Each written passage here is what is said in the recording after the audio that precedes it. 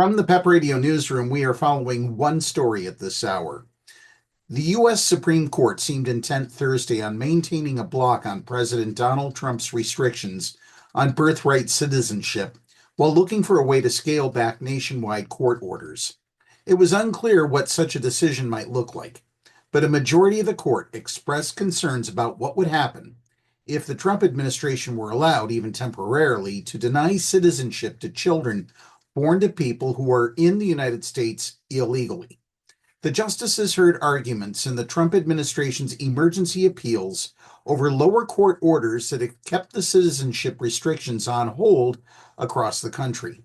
Nationwide injunctions have emerged as an important check on Trump's efforts to remake the government and a source of mounting frustration to the Republican president and his allies. Judges have issued 40 nationwide injunctions since Trump began his second term in January. Solicitor General D. John Sauer told the court at the start of more than 2 hours of arguments. Birthright citizenship is among several issues, many related to immigration, that the administration has asked the court to address on an emergency basis.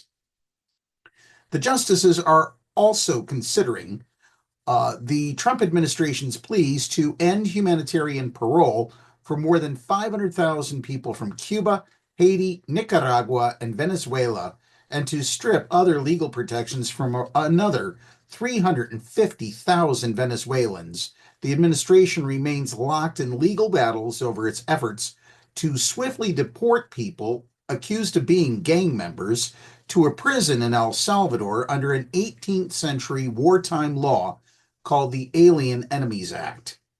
Trump signed an executive order on the first day of his second term that would deny citizenship to children who are born to people who are in the country illegally or temporarily.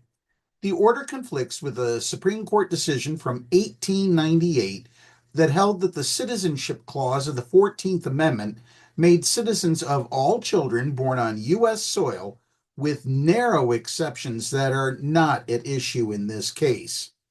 States, immigrants, and rights groups sued almost immediately, and lower courts quickly barred enforcement of the order while the lawsuits proceed. The current fight is over the rules that apply while the lawsuits go forward. The court's liberal justices seem firmly in support of the lower court rulings that found the changes to citizenship that Trump wants to make would upset the settled understanding of birthright citizenship that has existed for more than 125 years. Birthright citizenship is an odd case to use to scale back nationwide injunctions, Justice Elena Kagan said. Every court has ruled against you, she told Sauer. If the government wins on today's arguments, it could still enforce the order against people who haven't sued, Kagan said. All of those individuals are going to win. And the ones who can't afford to go to court, they're the ones who are going to lose, she said. Justice Ketanji Brown Jackson described the administration's approach as catch me if you can, forcing everyone to file suit to get the government to stop violating people's rights. Several conservative justices who might be open to limiting nationwide injunctions also wanted to know the practical effects of such a decision, as well as how quickly the court could reach a final decision on the Trump executive order. Justice Brett Kavanaugh pressed Sauer with a series of questions about how the federal government might enforce Trump's order. What do hospitals do with a newborn? What do states do with a newborn, he said. Sauer said they wouldn't necessarily do anything different, but the government might figure out ways to reject documentation with the wrong designation of citizenship. Kavanaugh continued to push for clearer answers, pointing out that the executive order gave the government only about 30 days to develop a policy. You think they can get it together in that time, he said? The Trump administration, like the Biden administration before it, has complained that judges are overreaching by issuing orders that apply to everyone instead of just the parties before the court.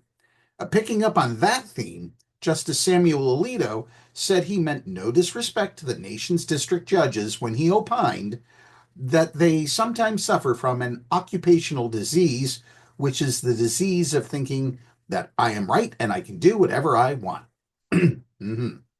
But Justice Sonia Sotomayor was among several justices who raised the confusing patchwork of rules that would result if the court orders were narrowed and new restrictions on citizenship could temporarily take effect in more than half the country.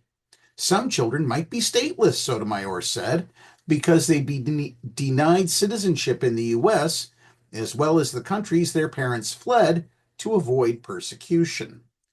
New Jersey Solicitor General Jeremy Feigenbaum, representing 22 states that sued, said citizenship could turn on and off for children crossing the Delaware River between Camden, New Jersey, where affected children would be citizens, and Philadelphia, where they wouldn't be, because Pennsylvania is not part of the lawsuit.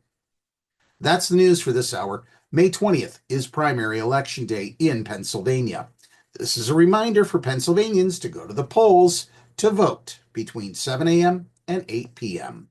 Up next, we have the local weather forecast for the Meadville area here on PEP Radio.